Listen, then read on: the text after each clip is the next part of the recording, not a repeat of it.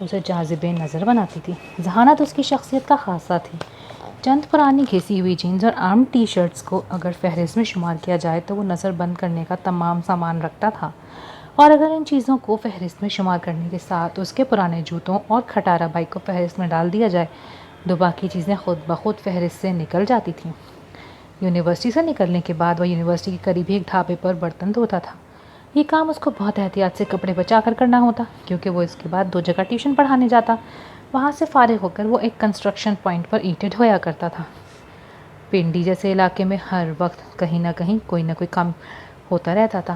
تعمیراتی کام تو جاری ہی رہتا تھا، جس کی وجہ سے اسے آسانی سے کام مل ہی جاتا۔ گرم شہروں میں مزدور صبح یا پھر شام کو کام کیا کرتے ہیں۔ جب گرمی کا زور کچھ کم ہوتا تھا، رات کا کھانا دونوں ماں بیٹا مل کر کھاتے اور کھانے کے دوران تمام باتیں کر لیتے تھے، کچھ زبان سے بول کر کچھ خاموش رہ کر۔ اس کے بعد دونوں اپنے کمروں میں بند ہو جاتے۔ کون رات کو کب سویا بھی یا نہیں، اس کا اندازہ وہ صبح ناشتے کی میز پر ایک دوسرے کا چہرہ دیکھ کر لگا لیا کرتے۔ وقت پوچھنے یا بتانے کی ضرورت دونوں کو پیش ہی نہیں آتی کیونکہ دونوں کے سکھ دکھ سانجھے تھے۔ کھانے کی میز ان کے لیے واحد جگہ تھی جہاں وہ ایک دوسرے کے ساتھ پرسکون وقت گزارتے تھے، بنا کسی وحشت اور خوف کے۔ اماں، مجھے ابا سے بہت ڈر لگتا ہے جب وہ آپ سے اونچی آواز میں بات کرتے ہیں، ننھے فرازم نے کہا تو نگینہ نے تڑپ کر اپنے بیٹے کی طرف دیکھا۔ انہوں نے آپ ہی کو مارا تھا۔ ہم سب کہیں چھپ جاتے ہیں اماں، مجھے لگتا ہے وہ ہم سب کو مار دیں گے۔ نہیں، ایسا نہیں ہوگا۔ نگینہ نے اسے دونوں بازوؤں سے تھام لیا۔ دیکھو فرازم، تمہارے ابا بہت اچھے ہیں، بس کبھی کبھار ان کو غصہ آ جاتا ہے۔ تمہیں ان سے ڈرنے کی ضرورت نہیں بیٹا، وہ تم سے پیار کرتے ہیں، وہ نہیں ماریں گے تمہیں۔ اور آپ کو؟ اس نے ڈر کے پوچھا۔ مجھے بھی نہیں ماریں گے، چلو کھانا کھاتے ہیں۔ وہ فرازم کے ماتھے پر بوسہ دیتی اسے کھانے کی میز پہ لے آئی جہاں باقی بچے بیٹھے تھے، سفیان اور سلمیٰ۔ آ جاؤ بلال بیٹا، اس نے اپنے تیسرے بیٹے کو آواز دی۔ بلال کے آنے پر سب نے کھانا شروع کیا۔ یہ کیا؟ آج پھر دال؟ مجھے نہیں کھانی روز روز دال، بلال نے پلیٹ اپنے آگے سے ہٹاتے ہوئے کہا۔ بری بات ہے بیٹا، کھانے کی بے ادبی ہوتی ہے، ایسے پلیٹ نہیں دھکیلتے سامنے سے۔ ابا تو روز ایسے ہی دھکیلتے ہیں، وہ بے ادب ہیں اماں۔ سفیان نے حیرت سے ماں کی طرف دیکھا۔ کل تو ابا نے چائے بھی آپ پر پھینک دی، آپ کا منہ نہیں جلا اماں؟ 12 سالہ سلمیٰ نے بھی گفتگو میں حصہ ڈالا، جو بہن بھائیوں میں سب سے بڑی تھی۔ نگینہ خاموشی سے سنتی رہی۔ وہ انہیں کیا بتاتی کہ جب دل ہی جل کر راکھ ہو چکا تو جسم جلنے میں درد نہیں ہوتا۔ تو میرے خلاف میرے بچوں کے کان بھر رہی ہے، گھٹیا عورت! رستم کی آواز سن کر وہ سہم کر کھڑی ہو گئی۔ نہیں تو میں تو کیا بتا کیا بکواس کر رہی تھی؟ میں بے ادب ہوں؟ اچھا! وہ اس کی چوٹی پکڑ کر پوچھنے لگا۔ اچھی بیوی تو خیر تو بن ہی نہیں سکی، کم از کم اچھی ماں ہی بن جا ذلیل عورت! کس خاندان سے بیٹی اٹھا لایا ہوں، خدایا میری تو زندگی عذاب ہو گئی ہے۔ میرے بچوں کے سامنے میری تذلیل مت کرو رستم، ان کی نظروں میں مجھے مت گراؤ، میں تمہارے آگے ہاتھ جوڑتی ہوں۔ نگینہ عاجز اور بے بس ہوئی، التجا ہوئی اور ہمیشہ ہوتی رہی۔ ماں باپ کے گھر سے اگر نگینہ نے سننا اور سنتے رہنا سیکھ لیا تھا، کبھی نہ بولنا سیکھا تھا۔ اماں آ رہی ہیں گاؤں سے واپس، کچھ ڈھنگ کا بنانا رات کو۔ جب جی بھر کر رستم ذلیل کر چکا تو حکم سنا کر چلا گیا۔ بہت پڑھنے کی شوقین، بڑی باتیں کرنے والی نگینہ ہمیشہ کی طرح خاموش رہی۔ اماں واپس آ گئیں اور اس کی اذیتوں میں مزید اضافہ ہو گیا۔ نگینہ کی ہر غلطی ناقابل معافی اور اس کی ہر خامی ناقابل برداشت اور اس کا میک اپ بس گالیوں کے قابل۔ کیا سوچ رہی ہیں پیاری اماں؟ فرازم نے لاٹ سے ماں کے گرد بازو حمائل کرتے ہوئے پوچھا۔ کچھ نہیں، بس یوں ہی، نگینہ نے جلدی سے آنسو پوچھتے ہوئے رخ موڑ لیا۔ آپ پھر پرانی باتیں یاد کر رہی ہیں نا؟ بھول کیوں نہیں جاتی ماضی کو؟ ایک بھیانک خواب سمجھ کر فرازم نے نگینہ کے ساتھ بیٹھتے ہوئے پوچھا۔ بھیانک خواب کبھی نہیں بھولتے بیٹا، ہر وہ خواب یاد رہتا ہے جس سے ڈر کر ہماری آنکھ کھل جائے۔ خیر چھوڑو، یہ بتاؤ سفیان کی کال آئی؟ کیا بتا رہا تھا؟ فرزانہ اور ننھی پری اب کیسی ہیں؟ آج سے پہلے کبھی آپ کے بیٹوں نے خود سے کال کی ہے؟ ہمیشہ آپ ہی کرتی ہیں اماں، پتہ نہیں آپ ان لوگوں کی فکر کرنا کیوں نہیں چھوڑ دیتی جن کو آپ کی ذرا پرواہ نہیں ہے۔ ماں اپنے بچوں کی فکر کرنا کبھی نہیں چھوڑتی فرازم، تو آپ کا ایک بیٹا آپ کے سامنے بیٹھا تو ہے، جی بھر کر فکر کیجیے اور اسی فکر میں چائے بھی پلا دیجیے۔ اسی لیے کہتی ہوں شادی کر لو تاکہ بوڑھی ماں کی ہڈیوں کو بھی تھوڑا آرام مل جائے۔ خود تو ویکینڈ کے علاوہ تم گھر پہ ہوتے ہی نہیں، میں پورا دن گھر میں بور ہوتی ہوں۔ نگینہ نے اٹھتے ہوئے کہا۔ پہلی بات، میری ماں بھی بوڑھی نہیں ہوئی، دوسری بات، حرکت میں بہت برکت ہے، اور آخری بات، آپ کی بوریت مٹانے کے لیے کتابیں ہیں نا۔ آخری بات اس نے تھوڑا جھلا کر کہی تھی کہ کچن تک آواز جائے۔ صوفے پر رکھی کتابیں الٹ پلٹ کر دیکھی۔ ہاں بس شادی کی بات پر تمہیں ایسی ہی باتیں سوچتی ہیں۔ کچن سے ماں کی ناراض آواز آنے پر اس نے ٹی وی ریموٹ اٹھا کر مسکراتے ہوئے ٹی وی آن کر دیا۔ ہاں تو محترمہ یہاں آرام فرما رہی ہیں۔ یہ اس دن کی بات تھی جب نگینہ بخار میں تپ رہی تھی، لیکن اس کے باوجود اس نے سبزی بنائی اور دن کی روٹیاں ڈالنے کے لیے آٹا بھی گوندھ لیا۔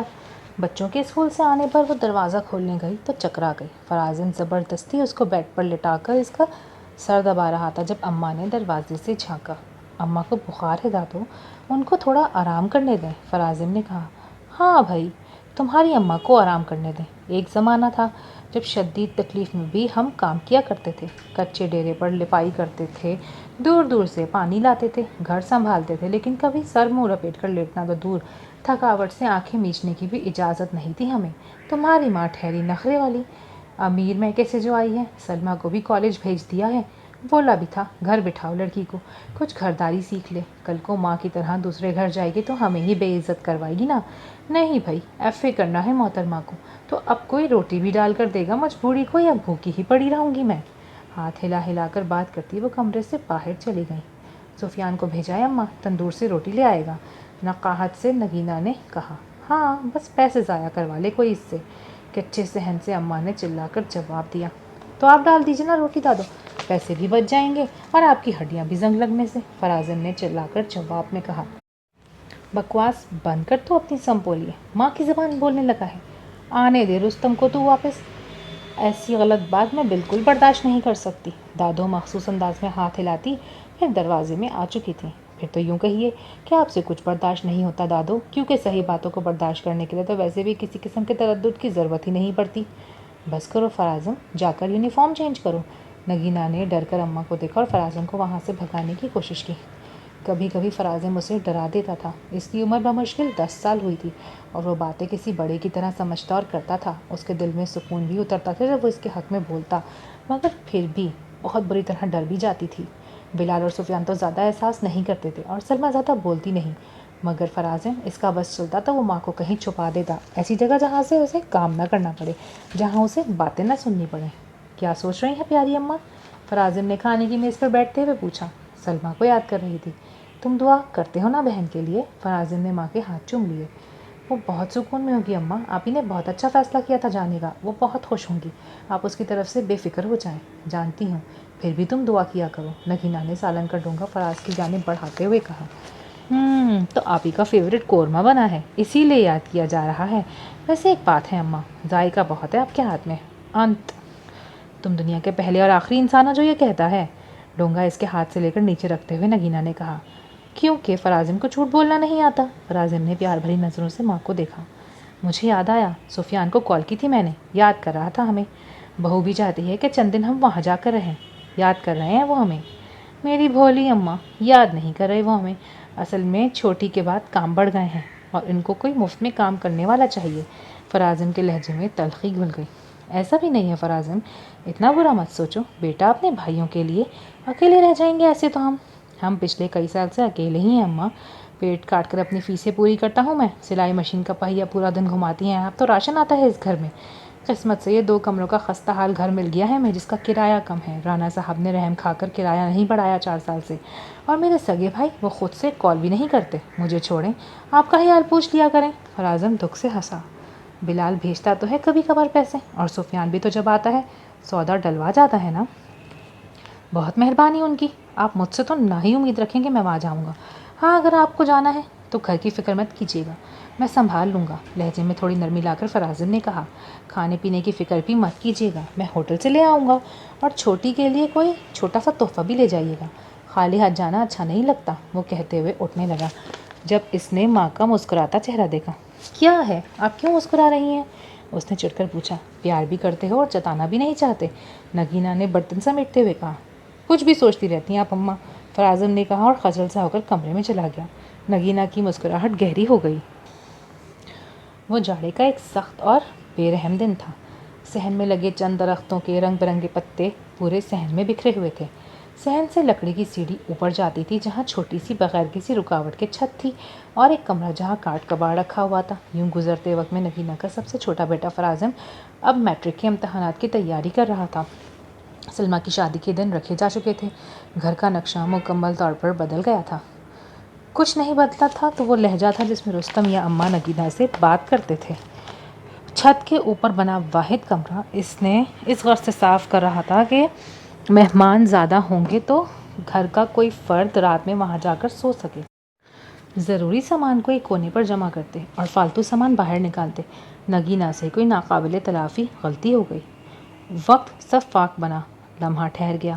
رستم کوئی چیز لے کر نگینہ کی طرف بڑھا، قریب تھا کہ وہ نگینہ کا قصہ ہی تمام کر دیتا، جب کوئی بیچ میں آیا۔ سلمیٰ، بیچاری سلمیٰ، خاموش سلمیٰ آج خاموشی توڑنے کے ارادے سے ماں باپ کے بیچ میں آ گئی۔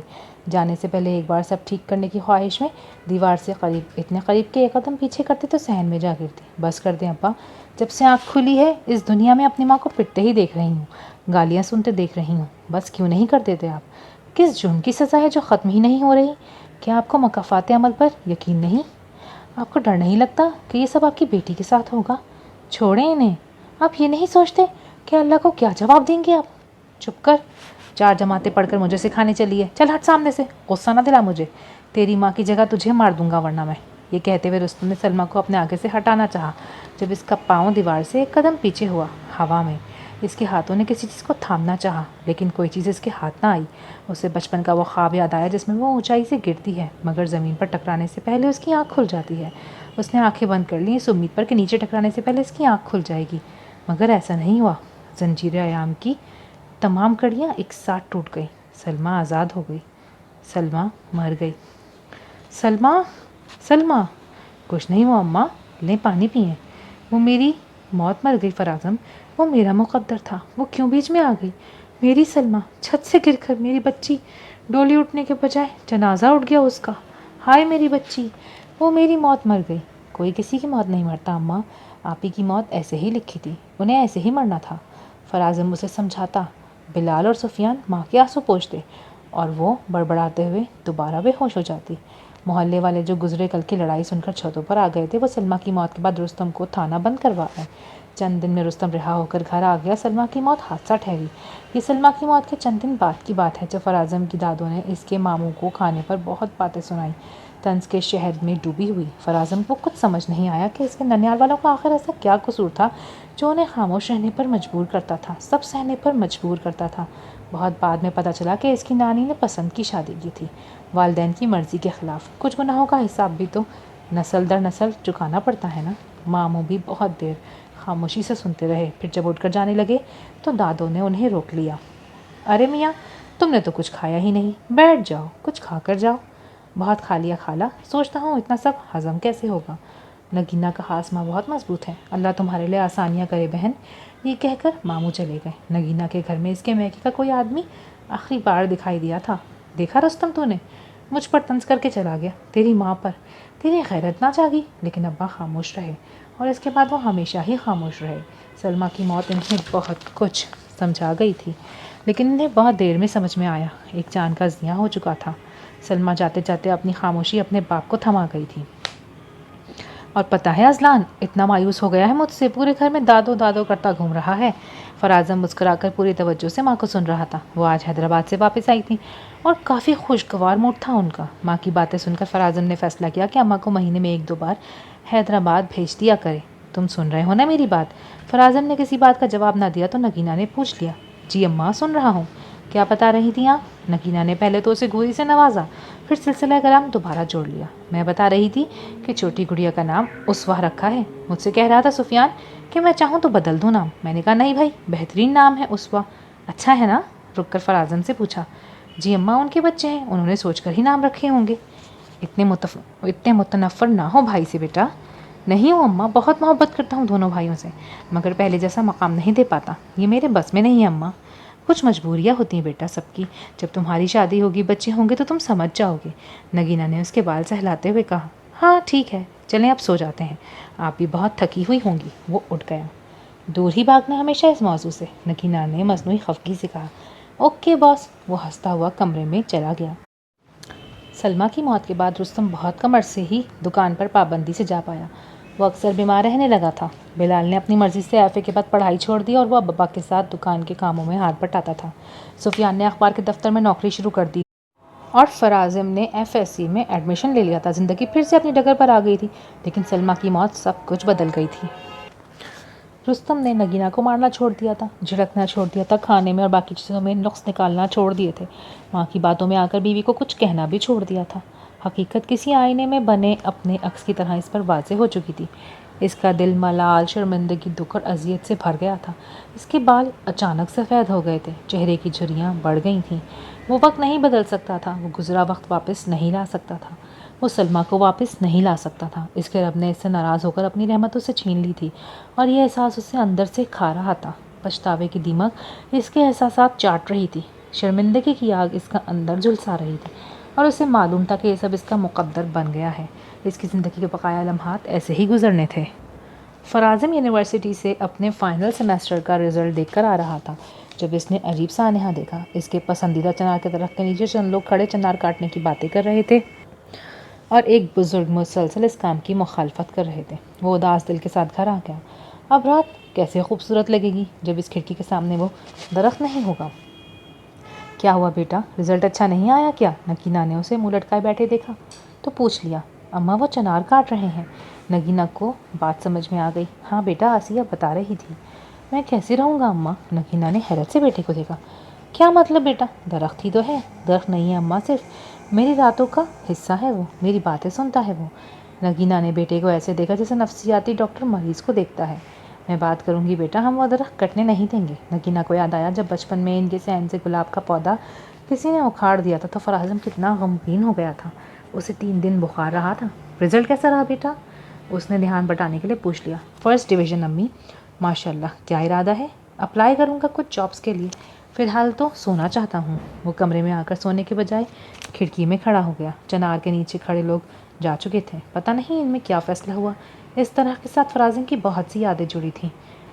ہوا سے درخت کے پتے سرسرانے کی آواز، خزاں میں پاؤں کے نیچے پتے چرچرانے کی آواز، اس درخت کے پیچھے نظر آنے والی چاندنی کی ایک جھلک، اور اس درخت کا 4 سال مسلسل اس کو سننا۔ وہ درخت نہ رہا تو وہ باتیں کس سے کرے گا؟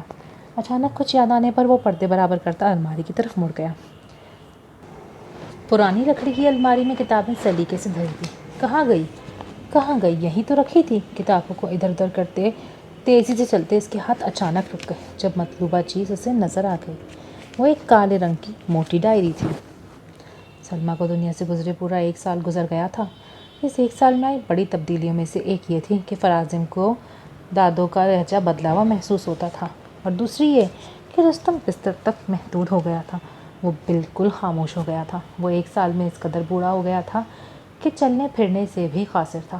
نگینہ اس کا مکمل خیال رکھ رہی تھی۔ ایک دن فرازم اپنے کمرے کی صفائی کر رہا تھا جب اسے الماری کے سب سے نچلے خانے میں ایک چھوٹا سا بکسا ملا جس پر چھوٹا سا تالا تھا۔ فرازم نے تالے کو جھٹکا دیا تو زنگ آلود تالا فوراً کھل گیا۔ اس کے اندر کالے رنگ کی ایک موٹی سی ڈائری تھی۔ وہ سلمیٰ آپی کی ڈائری تھی۔ اسے پتہ ہی نہیں تھا کہ آپی کو ڈائری لکھنے کی عادت ہے۔ وہ سلمیٰ کی روزمرہ کی باتیں پڑھتا گیا۔ آخری صفحے پر وہ ٹھٹک گیا۔ آج ابا نے میری شادی طے کر دی۔ مجھے بالکل کوئی خوشی محسوس نہیں ہو رہی۔ عام لڑکیوں کی طرح میں نے کوئی خواب نہیں دیکھا، اس لیے کہ میں نے ابا اماں کو دیکھا ہے۔ انہیں دیکھنے کے بعد مجھ میں خواب دیکھنے کی کوئی سکت ہی باقی نہیں رہی۔ میں اس رشتے سے خوف کھاتی ہوں۔ میں دل سے یہ چاہتی ہوں کہ میری شادی کبھی نہ ہو۔ مجھ میں اماں جتنا صبر نہیں۔ میں مر جاؤں گی، اللہ میری زندگی مشکل نہ کرنا، مجھے سنبھال لینا۔ ڈائری پڑھ کر وہ دیر تک روتا رہا۔ اس کی آپی کو اللہ نے سنبھال لیا تھا۔ وہ ڈائری کو سینے سے لگا کر رو رہا تھا جب اماں گھبرائی ہوئی اس کے کمرے میں داخل ہوئی۔ فرازم تمہارے ابا، وہ اتنا کہہ کر واپس پلٹ گئی۔ فرازم آنسو صاف کرتا ان کے پیچھے لپکا۔ ابا کی حالت واقعی خراب تھی۔ فرازم نے ڈاکٹر کو بلانا چاہا تو رستم نے روک لیا۔ ڈاکٹر کو مت بلاؤ نگینہ، مجھے معاف کر دو، میں تمہارا گناہ گار ہوں، میں اپنی بیٹی کا گناہ گار ہوں، مجھے معاف کر دو، میری اذیت کچھ کم ہو جائے۔ وہ ہاتھ جوڑ کر معافی مانگنے لگا۔ مجھے معاف کر دو ورنہ اللہ مجھے معاف نہیں کرے گا، مجھے ہر گالی، سب تانے معاف کر دو نگینہ۔ وہ شدید تکلیف میں تھا، لفظ ٹوٹ ٹوٹ کر اس کی زبان سے ادا ہو رہے تھے۔ نگینہ رونے لگی۔ میں نے آپ کو معاف کیا رستم زمان، میرا خدا بھی آپ کو معاف کرے۔ رستم نے جوڑے ہاتھ گرا دیے۔ روتے روتے اس کی ہچکی بن گئی، پھر اسے صبر آ گیا۔ اس کی اذیت کم ہوئی تو نیند آ گئی، پھر وہ سو گیا۔ نگینہ چارپائی کے کونے پر ٹکی اس کے پاؤں دباتی رہی۔ رستم ایک عرصے کے بعد اتنا پرسکون سویا تھا، اس کے سینے سے بوجھ کم ہو گیا ہو جیسے۔ اماں میں نے سوچا ہے میں ایک ایسا گھر خریدوں گا جس کے سامنے بڑا سا درخت ہو، پھر چاہے وہ چنار کا نہ ہو، مجھے درخت بہت پسند ہیں۔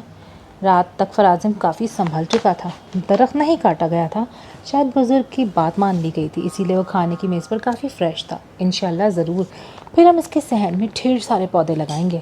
میں کل اخبار لاؤں گا اور اچھی اچھی جابس کے لیے اپلائی کروں گا۔ میں سوچ رہا ہوں اماں کہ ہمارے گھر کے سامنے بڑا سا پورچ ہو جس میں موبائل کی تھڑتھڑاہٹ پر وہ خاموش ہو گیا۔ موبائل پر کوئی انجان نمبر جگمگا رہا تھا۔ ہیلو، دوسری طرف سے سلام کیا گیا۔ وعلیکم السلام، میں نے پہچانا نہیں، آپ کون؟ حیدرآباد والے گھر میں فون کیا تھا تو پتہ چلا کہ آپ اور نگینہ بہن راولپنڈی میں رہتے ہیں، وہاں سے آپ کا نمبر ملا۔ بھاری مردانہ آواز میں کہا گیا۔ ٹھیک ہے، مگر آپ ہیں کون؟ نگینہ بہن سے بات ہو سکتی ہے میری؟ فرازم نے الجھ کر فون کان سے ہٹایا اور ایک نظر اسکرین کو دیکھتے فون ماں کو پکڑا دیا۔ وعلیکم السلام، الحمدللہ، کون بات کر رہا ہے؟ ارے اسلم بھائی، کیسے ہیں بھائی، اور بچے کیسے ہیں؟ فرازم سوالیہ ابرو اٹھا کر ماں کو دیکھتا رہا۔ جی جی، خیر خیریت، حکم کیجئے بھائی۔ جی میری آپ ہی کی امانت ہے، وہ مجھ سے جان سے زیادہ پیاری ہے۔ جی جی، نگینہ بات کرتے کرتے میز سے اٹھ گئی۔ فرازم سوچتا رہ گیا کہ اسلم بھائی آخر کون ہیں؟ فرازم کے ابا اٹھیں کھانا کھا لیں۔ جب رات تک رستم نہ جاگا تو نگینہ اسے جگانے کے لیے آئی۔ ٹانگیں ہلانے پر بھی رستم نے آنکھیں نہ کھولی تو اس نے ڈرتے ہوئے رستم کا ماتھا چھوا۔ اس کا ماتھا ٹھنڈا تھا، برف کی طرح ٹھنڈا۔ نگینہ نے منہ پر ہاتھ رکھ کر اپنی چیخ دبائی، پھر چارپائی کے پاس بیٹھ کر رونے لگی۔ رونے کی آواز سن کر اماں اور رستم کے تینوں بیٹے بھی آ گئے۔ سب رو رہے تھے اور فرازم سوچ رہا تھا کہ کیا واقعی اتنا بڑا ضیاء ہے کہ آنسو بہائے جائیں؟ فرازم نے ماں کو دیکھ کر سوچا جو زاروں قطار رو رہی تھی، ایسے جیسے کسی بچے سے اس کا من پسند کھلونا چھین لیا جائے، ایسے جیسے کسی انسان کا سب سے قیمتی اثاثہ چھن جائے۔ اگر ابا بیمار نہ ہوتے اور اماں سے معافی مانگے بغیر گزر جاتے تو کیا تب بھی اتنی ہی شدت سے روتی ہے؟ فرازم نے سوچا اور پھر رونے لگا، ایسے جیسے سب سے مہربان چھاؤں والا پیڑ کٹ گیا ہو، ایسے جیسے سب سے محفوظ پناہ گاہ چھین لی جائے۔ رستم کی موت کے چند دن بعد فرازم نے سلمیٰ کی ڈائری کا پہلا صفحہ لکھا تھا اور اس کے بعد وہ اکثر اس ڈائری میں اپنے احساسات بھی قلم بند کرتا رہتا تھا۔ وقت تیزی سے پڑ لگا کر اڑ رہا تھا۔ ایف ایس سی کے بعد اپنے ایک دوست کے ساتھ مل کر نمل یونیورسٹی میں فرازم نے بی بی اے کے لیے اپلائی کر دیا، جہاں اتفاق سے اس کا داخلہ بھی ہو گیا۔ بلال کی شادی بھی انہی دنوں میں تھی۔ بلال اور سفیان دونوں جانتے تھے کہ فرازم کو پڑھنے کا شوق ہے، اس لیے ان دونوں نے مل کر اس کی پڑھائی کی ذمہ داری سنبھال لی۔ پہلی فیس اماں کی سونے کی چوڑیاں بیچ کر پوری ہوئی اور یوں فرازم کا یونیورسٹی میں داخلہ ہو گیا۔ فرازم راولپنڈی میں ہی شفٹ ہو گیا تھا، ہاسٹل میں۔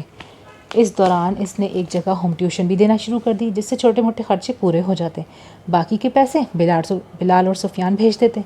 فرازم ذہین تھا، اسی لیے اسے پڑھائی میں کبھی کوئی مسئلہ نہیں ہوا۔ بلال کی شادی ہو گئی اور دکان بھی خاصی چلنے لگ گئی۔ سفیان نے تعلیم کے بعد صحافت کو ہی بطور پیشہ اپنا لیا۔ پہلے کی نسبت ان کا گھرانہ بہت خوشحال ہو گیا تھا۔ دادو اپنے رویوں پر شرمندہ تھیں۔ ایک دن نگینہ ان کو کھانا دے رہی تھی جب وہ رونے لگی۔ مجھے لگتا تھا تو مجھے رستم کے بعد گھر سے نکال دے گی، میرے ساتھ وہ سب کرے گی جو میں نے تیرے ساتھ کیا۔ رونے کے دوران ٹوٹے پھوٹے الفاظ میں اماں نے کہا۔ سچ کہوں اماں، کئی بار میرا دل چاہا کہ میں آپ کو رستم کو زہر دیکھ کر بھاگ جاؤں، لیکن اپنے بچوں کے لیے میں نے یہ نہیں کیا۔ رستم کے جانے کے بعد میرا دل چاہا ہاتھ تھام کر آپ کو گھر سے باہر نکال دوں، لیکن میں ڈر گئی اس بات سے کہ میری بہویں کل کو میرے ساتھ یہ نہ کریں۔ مکافات عمل کا چکر بہت وسیع ہوتا ہے اماں، نسلوں تک پرانے گناہوں اور کوتاہیوں کا تاوان بھرنا پڑتا ہے۔ کسی ایک مقام پر کوئی ایک بدل جائے، پرانی رسمیں بدل جائیں تو اگلی نسلیں سکون میں رہتی ہیں۔ تم مجھے معاف نہ کرنا بیٹی، میں نے بہت برا کیا تیرے ساتھ۔ اماں روتی رہیں۔ رستم کو معاف کر دیا ہے اماں، تو آپ کو بھی کر دوں گی، وقت لگے گا مگر کر دوں گی۔ آپ نے واقعی بہت زیادہ برا کیا تھا میرے ساتھ، لیکن وہ سب ماضی کی باتیں تھیں، آپ انہیں سوچ سوچ کر ہلکان نہ ہوں، انہیں اب بدلا نہیں جا سکتا۔ نگینہ نے کہا، جب تو نے پہلی بار کھانا بنایا تھا تو میں نے تیرے ہاتھ میز پر رکھوا کر تیری انگلیوں پر اپنی چھڑی سے مارا تھا کیونکہ کھانے میں نمک کم تھا۔ اماں اپنی کہے گئیں۔ آپ کی دوا پھر بدل گئی ہے اماں، آپ کو خود بھی کوشش کرنا ہوگی ورنہ آپ ٹھیک نہیں ہوں گی۔ نگینہ نے جیسے سنا ہی نہیں۔ میں نے رستم سے جھوٹ بولا کہ تو مجھ سے بدتمیزی کرتی ہے، حالانکہ تو نہیں کرتی تھی، وہ میرے سامنے تجھے میری ہی لاٹھی سے مارتا رہا۔ میں چپ رہی۔ اماں کے رونے میں شدت آ گئی۔ اگلے دن تو آٹا گوندھ رہی تھی بازو کونیوں تک چڑھا کر، میں نے تیرے بازوؤں پر نیل دیکھے، مجھے ترس نہیں آیا، میں نے اسی رات تجھے پھر پٹوا دیا۔ اماں کی ہچکی بن گئی۔ ہم عورتیں غلط کرتی ہیں اماں، اپنی جیسے دوسری عورتوں پر ترس نہیں کھاتی، جو اپنے لیے سوچتی ہیں وہ دوسروں کے لیے نہیں سوچتی۔ میں نے تیرے خلاف، تیرے میکے کے خلاف اس کے اتنے کان بھرے کہ اس کے اندر کا اچھا انسان مر گیا، وہ میرے جیسا ہو گیا، بہت برا۔ اماں اپنے ہاتھوں سے ماتھا پیٹنے لگیں۔ سلمیٰ کی ماتوں سے سمجھا گئی۔ میں نہ سمجھ سکی، میں نے اپنے بچوں کی زندگی رول دی۔ ہائے اللہ، مجھے معاف نہیں کرے گا، وہ بہت رحیم ہے اماں، وہ آپ کو معاف کر دے گا۔ نگینہ نے یقین دلانا چاہا۔ میں نے تجھے پورا پورا دن بھوکا رکھا اپنی انا کی تسکین کے لیے۔ کس چیز کی طلب تھی مجھے؟ کہ میرا بیٹا مجھ سے ہی محبت کرے اور کسی سے محبت نہ کرے، یا اپنی بہو کی میں اس سے زیادہ بے عزتی کروں جتنی میری ساس نے میری کی تھی؟ بس کر دیں اماں، اس سے پہلے کہ میں آپ کو معاف کرنے کا ارادہ ترک کر دوں۔ یہ کہہ کر نگینہ نے اماں کو گلے سے لگا لیا۔ بلال کی شادی سے پہلے نگینہ نے تینوں بیٹوں کو بٹھا کر کچھ باتیں کی تھیں۔ اچھی اور بری ساس بننے کے درمیان اس نے اپنی چوائس حائل کی تھی اور اس نے رسوم توڑنے کا سوچا تھا۔ اس نے فیصلہ کیا کہ وہ اماں کی طرح ان کی ساس سے زیادہ ظالم نہیں بنے گی، بلکہ اس سے زیادہ نرم ہو جائے گی جتنی وہ اپنے بچوں کے لیے ہے۔ بیٹا، عورت بے شک کم عقل ہوتی ہے، جلد باز ہوتی ہے اور زبان کی کمزور بھی۔ مرد کو ایسے ہی اسے اپنانا ہوتا ہے بیٹا۔ وہ کسی کانچ کی ننھی گڑیا، کسی شہزادی جیسی کمزور ہوتی ہے جسے اس کی دنیا سے اپنا کے مرد اپنی دنیا میں لے آتا ہے۔ اس سے اس کے پرانے رشتے، پرانا ماحول سب چھوٹ جاتا ہے۔ شروع کا حصہ اس کے لیے بہت مشکل ہوتا ہے۔ ایسے میں اس کا شہزادیوں کی طرح خیال رکھنا ضروری ہے۔ اس کے لیے سخت نہ بننا بیٹا، تم سے تمہارے رویے کا سوال ہوگا۔ اسے عزت اور محبت دینا بیٹا، اسے بس یہ چیزیں چاہیے ہوتی ہیں۔ اسے بس ان دو چیزوں سے تسخیر کیا جا سکتا ہے، بدلا جا سکتا ہے۔ آج دولہا بنا سفیان اماں کی نصیحت یاد کر رہا تھا اور اس کے پیچھے کھڑا فرازم بھی۔ دور کھڑا ننھا طلحہ کو سنبھالتا بلال بھی یہی بات سوچ رہا تھا۔ سائقہ یقیناً اس کے لیے بہترین شریک سفر ثابت ہوئی تھی۔ ایکسکیوز می، آپ دولہا کے بھائی ہیں؟ فرازم کھانے کے انتظامات دیکھ رہا تھا جب پیچھے سے کسی کی آواز اس کے کانوں میں پڑی۔ خوبصورت، شیرین آواز، پرکشش، طلسماتی آواز۔ جی۔ فرازم اسے ایک نظر دیکھ کر واپس مڑ گیا۔ میں فرزانہ آپا کی کزن ہوں، واہبہ۔ ہماری آپا زبان کی تیز ہے کافی، مگر دل کی بہت اچھی ہیں، تو خیال رکھیے گا۔ بہتر۔ فرازم نے جان چھڑا کر وہاں سے جانا چاہا۔ ویسے سنا ہے آپ BBA کر رہے ہیں، اس کے بعد کیا ارادہ ہے؟ آگے پڑھیں گے؟ ابھی سوچا نہیں۔ Excuse me. فرازم اسے نظر انداز کرتا ہوا وہاں سے چلا گیا، لیکن پھر اگلے کئی دن وہ اسے نظر انداز نہیں کر پایا۔ ہر فنکشن میں اس سے ایسے ہی بیتو کے سوالات پوچھتی رہی وہ، جس کا شروع میں وہ عدم توجہی سے اور بعد میں شوق سے جواب دیتا رہا۔ وہ مسلسل کئی دنوں سے کسی کی توجہ کا مرکز تھا۔ اس کے لیے یہ احساس نیا تھا۔ دل میں اڑتی واہبہ، واہبہ کی گردان رہتی تھی۔ کانوں میں گونجتا ہوا شیریں لہجہ نیا تھا۔ وہ لاشعوری طور پر واہبہ کی باتوں کا عادی ہوتا جا رہا تھا، اس کا منتظر رہنے لگا تھا۔ سفیان کی شادی کے بعد موسم گرما کی چھٹیوں کی وجہ سے فرازم حیدرآباد میں ہی رک گیا۔ واہبہ بھی چند دن فرازم کے گھر رہ گئی تھی۔ اس دوران ان کی اچھی خاصی بات چیت ہو گئی، جو کہ واہبہ کے جانے کے بعد فون پر بھی جاری رہی۔ فرزانہ واقعی تیز ترار تھی مگر دل کی اچھی تھی، سب کا خیال رکھتی۔ دونوں بھابھیوں کی آپس میں خوب جم گئی تھی۔ اماں اور دادو بھی خوش تھیں۔ فرازم بھی خوشی خوشی واپس ہاسٹل چلا گیا۔ فرازم جتنا خوش گھر سے آیا تھا اتنا زیادہ خوش بہت دن رہ نہیں پایا۔ یہ تو وہ پہلے سے جانتا تھا کہ واہبہ راولپنڈی میں رہتی ہے۔ شوق اسے تب لگا جب وہ ایک دن اس سے ملنے یونیورسٹی آ گئی۔ فرازم کا دوست طاہر اس کا پرانا کلاس فیلو نکلا۔ جانے سے پہلے فرازم نے اسے روک کر آئندہ آنے سے منع کر دیا۔ اس ملاقات کے بعد اس کی کالز اور میسیجز کم ہوتے ہوتے ختم ہو گئے۔ یہاں تک بھی ٹھیک تھا، فرازم اس کو اس کی ناراضگی سمجھتا رہا۔ پھر ایک دن اس نے واہبہ کو طاہر کے ساتھ بائک پر بیٹھے دیکھ لیا۔ وہ دونوں ہنس رہے تھے اور فرازم کا دل جل کر راکھ ہو گیا یا جم کر پتھر، وہ سمجھ نہیں پایا۔ ماحول کی تبدیلی کے لیے وہ چند دن کے لیے حیدرآباد آ گیا، لیکن وہاں پہنچ کر اس نے ماحول میں عجیب تناؤ محسوس کیا۔ پھر اس نے وہم سمجھ کر ٹال دیا۔ ایک دن وہ باہر سے واپس آیا تو اس کے گھر میں عجیب آوازیں اٹھتی محسوس ہوئیں، جیسے کوئی چلا رہا ہو، غصہ کر رہا ہو۔ وہ جلدی سے گھر کے اندر داخل ہو۔ نہیں بیٹا، دخل نہیں دے رہی، میں صرف کہہ رہی ہوں کہ چٹنی لنگری پر پیسو تو ذائقہ الگ ہوتا ہے گرائنڈر سے۔ رہنے دیں اماں، پتہ ہے مجھے، تانا تھا نا یہ کہ ہم کام نہیں کر سکتے۔ فرازم نے دیکھا کہ اس کی ماں سر جھکائی کھڑی تھی اور فرزانہ ان پر چیخ رہی تھی۔ وہ زبان کی بری ہے، یہ تو واہبہ نے اسے بتایا تھا، لیکن اتنی زیادہ ہے یہ نہیں بتایا تھا۔ ارے بہن، تم نے ابھی چند مہینے ہوئے ہیں، میں 1.5 سال سے یہ سب کچھ برداشت کر رہی ہوں۔ یہ فرازم کی بڑی بھابھی تھیں، جن کو وہ بہت نرم دل اور اماں کی خیر خواہ سمجھتا تھا۔ فرازم نے دو کر بے یقینی سے بھابھی کی طرف دیکھا۔ بھابھی کی جیسے ہی فرازم پر نظر پڑی وہ مسکرا دی۔ ارے فرازم، تم آ گئے؟ تمہارے دونوں بھائی تمہارا انتظار کر رہے تھے، کہہ رہے تھے فرازم آئے تو اکٹھے کھانا کھائیں گے۔ کیا اس کے دونوں بھائی گھر پہ تھے؟ یہ سب سن رہے تھے؟ اسے لگا اس کا دل پھٹنے والا ہے۔ اس نے ماں کو دیکھا جو اسے دیکھ کر سنبھل چکی تھی، بالکل فریش، جسے کچھ ہوا ہی نہ ہو۔ اس نے فرزانہ کو دیکھا جو اوپن کچن میں بالکل سامنے گرائنڈر پر چٹنی بنا رہی تھی۔ اس نے بڑی بھابھی کو دیکھا جو مسکرا کر برتن نکالنے لگے۔ بلال بھائی، سفیان بھائی، وہ وہیں کھڑا چلانے لگا۔ کیا ہوا؟ کیوں چلا رہے ہو؟ سفیان نے کمرے سے باہر نکلتے ہوئے پوچھا۔ ارے کان تو کام کرتے ہیں آپ کے، فرازم نے مصنوعی حیرت سے کہا۔ مطلب کیا ہے تمہارا؟ بلال کوہنیوں تک بازو چڑھائے نیچے کرتے ہوئے بولا۔ یہی کہ میرے چلانے کی آواز آپ کے کانوں میں پڑ گئی، مگر اپنی بیگمات کے چلانے کی آواز آپ کو سنائی نہیں دی۔ فرازم کی آواز اونچی ہو گئی۔ میں نے منع کیا ہے ان کو بولنے سے، میرا اور میری بیٹیوں کا معاملہ ہے یہ۔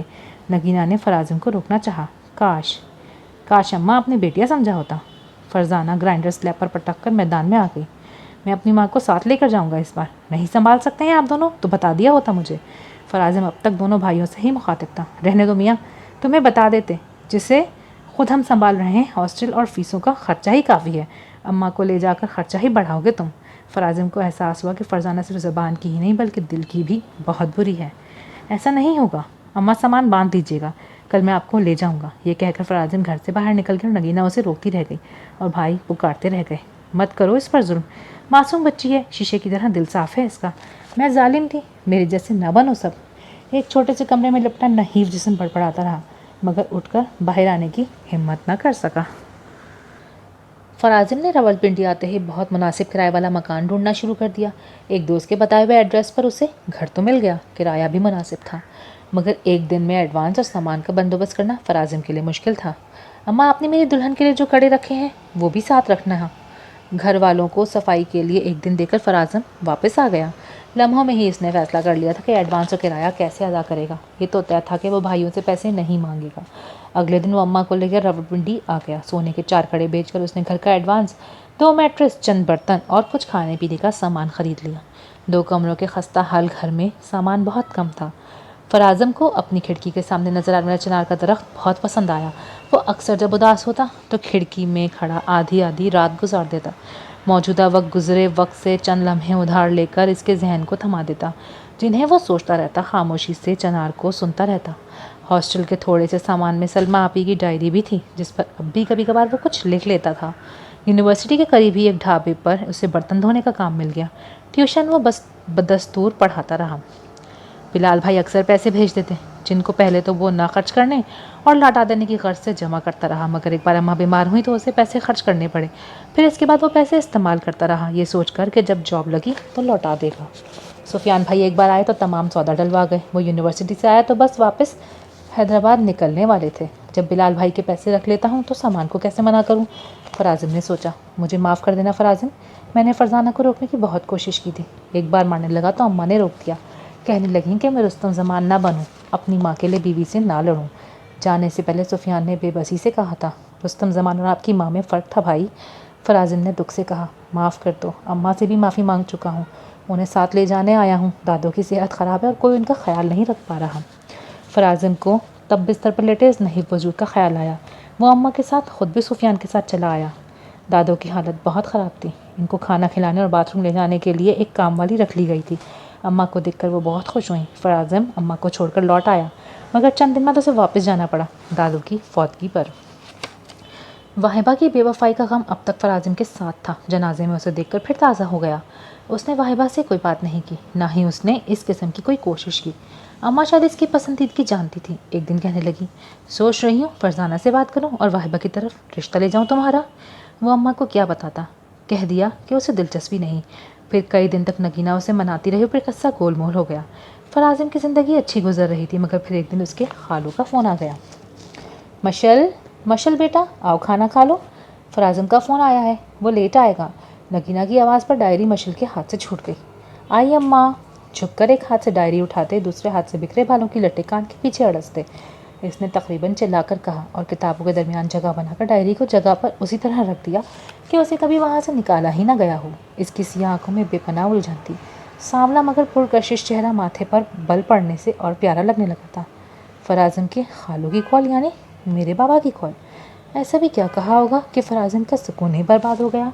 وہ سوچتی ہوئی کمرے سے باہر نکل گئی جہاں چھوٹی سی ٹیبل پر اس کی خالہ اس کا انتظار کر رہی تھی۔ آپ شرمندہ کر رہے ہیں اسلم بھائی، حکم کیجیے، کیا کام ہے؟ نگینہ نے کمرے میں آ کر سوال پھر سے دہرایا۔ نگینہ آپ کو یاد ہے آپ آخری بار فراز سے ملنے تب آئی تھی جب مشعل ہوئی تھی. آپ نے کہا تھا کہ آپ کے بس میں ہو تو آپ آج ہی مشعل کا ہاتھ اپنے سفیان کے لیے مانگ لیں. جی بھائی, میں اپنی بہن سے آخری ملاقات کیسے بھول جاؤں؟ نگینہ آپ بھر کر بولی. میں بہت لڑا تھا آپ سے. میں نے کہا تھا کہ اپنی بیٹی کیوں دوں میں اپنے ہاتھوں سے, جہنم میں کیوں جھونکوں؟ اسلم رونے لگا. جہنم تو یہ گھر بن گیا میری بیٹی کے لیے جب سے فرا گئی ہے. کیا ہوا میرے بھائی؟ میری بچی کو کیا ہوا؟ عفت نے کچھ کیا ہے کیا وہ اس کے ساتھ اچھا برتاؤ نہیں کرتی؟ نگینہ نے سہم کر پوچھا. کیا تم آج بھی میری بچی کو اپنی بہو بنانا چاہتی ہو, اپنے سفیان کے نکاح میں لینا چاہتی ہو؟ نگینہ خاموش ہو گئی.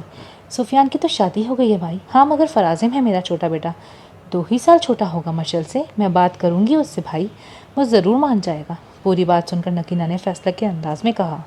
اسے مجبور مت کرنا نگینہ آپا, لیکن ایک باپ کی مجبوری سمجھنا جو خود اپنی بیٹی کے لیے رشتہ مانگ رہا ہے. اسلم کی بے بس سی آواز فون سے ابھری اور کال کٹ گئی. نگینہ بہت دیر سوچتی رہی. پھر انہوں نے فرازم سے بات کرنے کا ارادہ کر لیا. آپ نے مجھ سے پوچھے بغیر میرا رشتہ طے کر دیا, آپ یہ کیسے کر سکتی ہیں اماں؟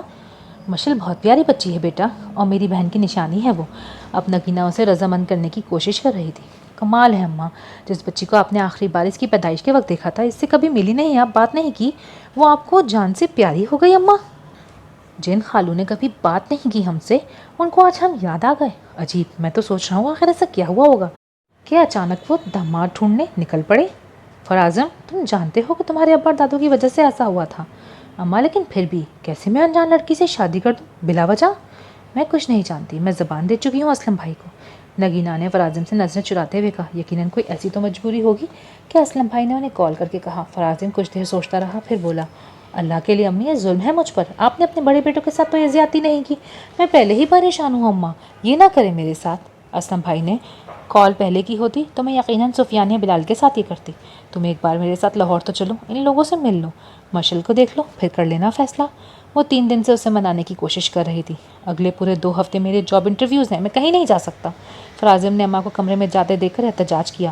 صبح 8 بجے ہمیں بس اسٹاپ پہنچنا ہے, تیار رہنا. نگینہ نے دروازہ بند کر دیا. اماں, فراز جھنجھلاتا اپنے کمرے کی طرف چلا گیا. سورج سوا نیزے پر آ چکا تھا. پرندے تیز دھوپ سے چھپنے کی غرض سے واپس اپنے گھونسلوں میں جا رہے تھے. مشعل کے کمرے میں اب تک اندھیرا تھا. اس نے پردے ہٹانے کی زحمت ہی نہیں کی. بیڈ پر الٹی لیٹی بوجھل آنکھیں زبردستی بند کیے رات سے آنکھ لگنے کی منتظر تھی, مگر نیند تھی کہ آ ہی نہیں رہی تھی. بس کر دو آپی, اٹھ کر تیار ہو جاؤ, وہ لوگ پہنچنے والے ہیں. ادینہ نے پردے ہٹاتے ہوئے کہا. پردے ہٹاتے ہی بیڈ پر اور اس کے ارد گرد چیزوں پر روشنی پڑی. بیڈ کے ساتھ ٹیبل پر سلیقے سے سجی کتابیں تھیں اور مشعل کے منہ کے آگے برام سٹوکر کی ڈریکولا پڑی تھی. یہ وہ آخری کتاب تھی جو خود اسلم صاحب نے اسے لے کر دی تھی. اسے بچپن سے مطالعے کا بہت شوق تھا. اسلم خود اس کے لیے کہانیاں لایا کرتے تھے. پھر یہ کام بھی اس کے لیے خاص اس کے لیے کرنا چھوڑ دیا تھا. پہلی بار جب اس نے ڈریکولا پڑھی تھی تب اسے خوف آیا تھا, مگر پھر وہ کتاب اس کی تنہائی کی ساتھی ہو گئی. وہ باقی کتابیں بھی پڑھتی رہی, مگر یہ کتاب اس نے بار بار پڑھی. اسکول میں وہ پہلی جگہ تھی جہاں ادینہ اور عروسہ کو اس سے الگ کر دیا گیا تھا. پھر ہر چیز الگ ہوتی گئی, کھلونے, کپڑے, سب کچھ. فرح کے گزرنے کے بعد چند سال تک اسلم اس کی ضروریات پوری کرتے رہے, مگر پھر عفت نے پتہ نہیں ان کو کیسے اچھا ہونے کا یقین دلایا کہ وہ بے پرواہ ہو گئے. ایک ادینہ تھی جو کبھی کبھار اس سے کھیل لیتی, باتیں کر لیتی, اور کام والی فیروزہ, وہ فیروزہ جو اب نہیں رہی تھی. اسے یاد آیا جب ایک دن فیروزہ پھٹے سر کے ساتھ ایک بار کام پر آئی تھی. طلاق کیوں نہیں لے لیتی تم فیروزہ, کیوں اتنی ذلت بھری زندگی گزار رہی ہو؟ اس کے ماتھے سے ہلدی پہ رنگا کپڑا اتارتے ہوئے مشعل نے پوچھا. توبہ باجی, اماں کہتی ہے اچھی عورتوں کے جنازے اسی گھر سے اٹھتے ہیں جہاں ان کو ان کے اماں بابا بیاہ کے بھیج دیتے ہیں. فیروزہ نے باقاعدہ گالوں کو ہاتھ لگایا. پھر چاہے یہ جنازہ اسی خاوند کی وجہ سے اٹھے. زخم صاف کر کے نئی پٹی کرتے مشعل نے بولا. باجی, اماں کہتی ہیں خاوند سے مار کھانے والی عورتیں جنتی ہوتی ہیں, فیروزہ نے مدھم سی آواز میں کہا. پھر چاہے وہ عورتیں لوگوں کے گھروں سے چینی پتی کی چھوٹی موٹی پوٹلیاں اپنے چادر میں باندھ کر بھی لے جائیں اور مہینے کے سودے میں بھی اپنا حصہ نکال لیا کریں.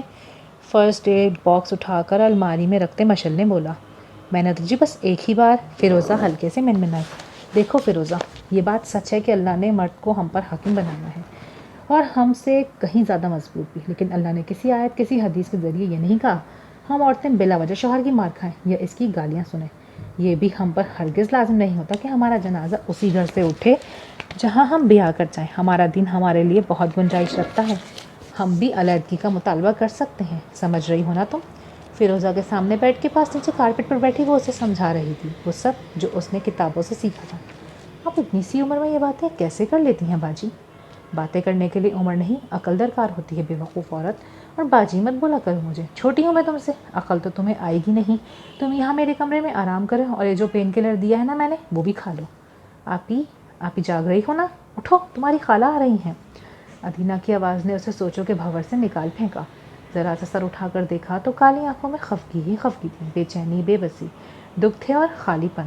سیاہ آنکھوں کے ساتھ سیاہ بالوں کی لٹوں کو چہرے پر سے ہٹا کر کانوں کے پیچھے رستی وہ دوبارہ اوندھے منہ لیٹ گئی۔ یہ تو طے تھا کہ وہ عفت سے بے عزتی کرائے بغیر نہیں ہلے گی، اور ہوا بھی یہی۔ خیر وہ منہ ہاتھ دھو کر عفت کے زبردستی کے دیے ہوئے کپڑے زیب تن کیے باہر آئی تو پہلی نظر فیروزہ کی 12 سالہ بیٹی پر پڑی، جو بہت احتیاط سے کراکری صاف کر رہی تھی۔ اس کے ذہن نے پھر لمحوں کی بس پکڑی اور ماضی کے سفر پر نکل گیا۔ آج سے 10-12 سال پہلے جب فیروزہ اس کے گھر آئی تھی تو وہ اس سے تھوڑی سی ہی بڑی تھی جتنی اس کی بیٹی اس وقت ہے، شاید 16 سال۔ مشل کو بس یہ یاد تھا کہ اس نے 13 سالہ مشل کو باجی کہا تھا، جو اسے بہت برا لگا، مگر وہ اسے ہمیشہ باجی ہی کہتی رہی، مرنے سے ایک دن پہلے تک بھی۔ مشل اس دن لان میں بیٹھی کوئی کتاب پڑھ رہی تھی جب فیروزہ کی بیٹی دوڑتی ہوئی گھر کے اندر داخل ہوئی۔ اس کی سانس پھول رہی تھی اور چہرے پر آنسوؤں کے نشان تھے۔ مشل کو دیکھ کر وہ اس کی طرف دوڑ آئی۔ آپی، مشل آپی، ابا نے اماں کو مارا ہے اور خود بھاگ گیا، اماں کے سر سے خون نکل رہا ہے اور وہ آنکھیں نہیں کھول رہی، میرے ساتھ چلیں، اماں کو جگائیں، چھوٹا رو رہا ہے۔ وہ آنسو صاف کرتے ہوئے بولی۔ چلو۔ مشل کتاب وہیں چھوڑ کر اس کے پیچھے بھاگی۔ اسلم جو کسی کام سے باہر نکل رہے تھے ان کو دیکھ کر پریشانی سے ان کے پیچھے لپکے۔ جانے کن تنگ گلیوں سے گزر کر وہ فیروزہ کے گھر پہنچے۔ اس کا 4 سالہ بیٹا اس سے لپٹ کر رو رہا تھا۔ فیروزہ نہیں رہی تھی، وہ اسے چپ نہیں کرا سکتی تھی۔ اس کا جنازہ اسی گھر میں رکھا گیا تھا جہاں اس کے شوہر نے اسے بیاہ کر لایا تھا۔ اس کی موت اسی کے شوہر کی وجہ سے ہوئی جو اسے 13 سال کی عمر میں بیاہ کر لایا تھا۔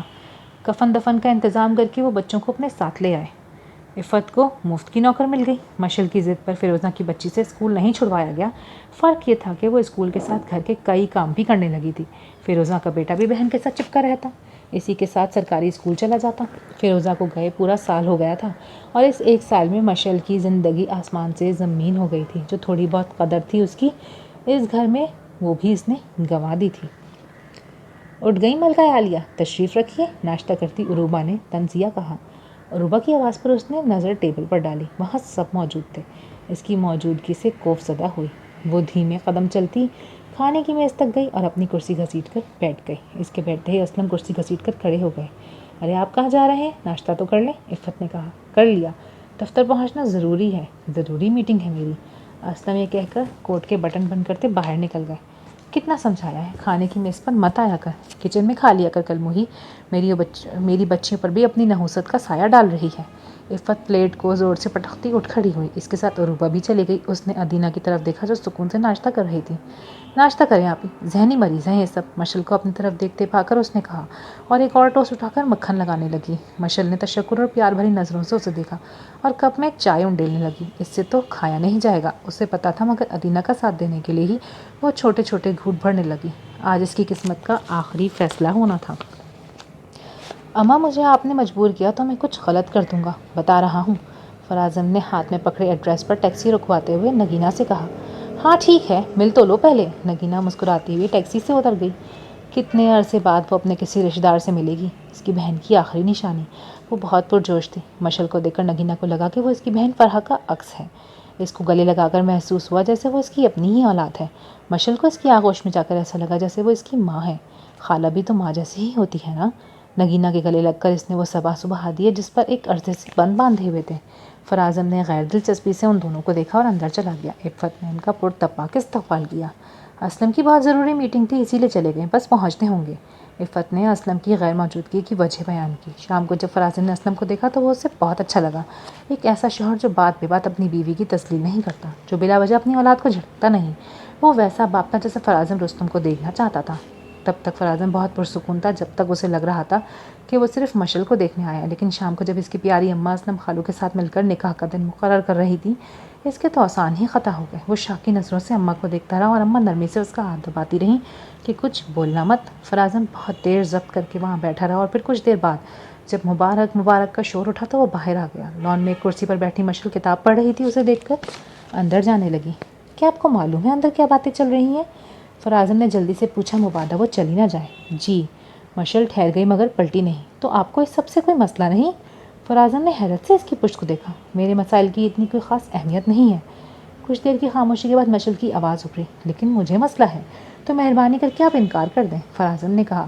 تھوڑی دیر دونوں طرف خاموشی رہی، پھر مشل نے پلٹ کر دیکھا۔ اس کی خالہ کا یہ وجیح بیٹا اس کی طرف دیکھنا بھی گوارا نہیں کر رہا تھا، وہ گھاس کو دیکھ رہا تھا۔ عجیب بات کرتے ہیں آپ، مسئلہ آپ کو ہے اور انکار کر کے میں بری بن جاؤں؟ فراز نے چونک کر اسے دیکھا۔ اول تو میرے اپنے مسائل حل نہیں ہوتے، دویم میری بات کو کوئی اہمیت نہیں دی جاتی کہ میں جا کر کہوں یہ شادی نہیں ہو سکتی اور یہ شادی ٹل جائے گی۔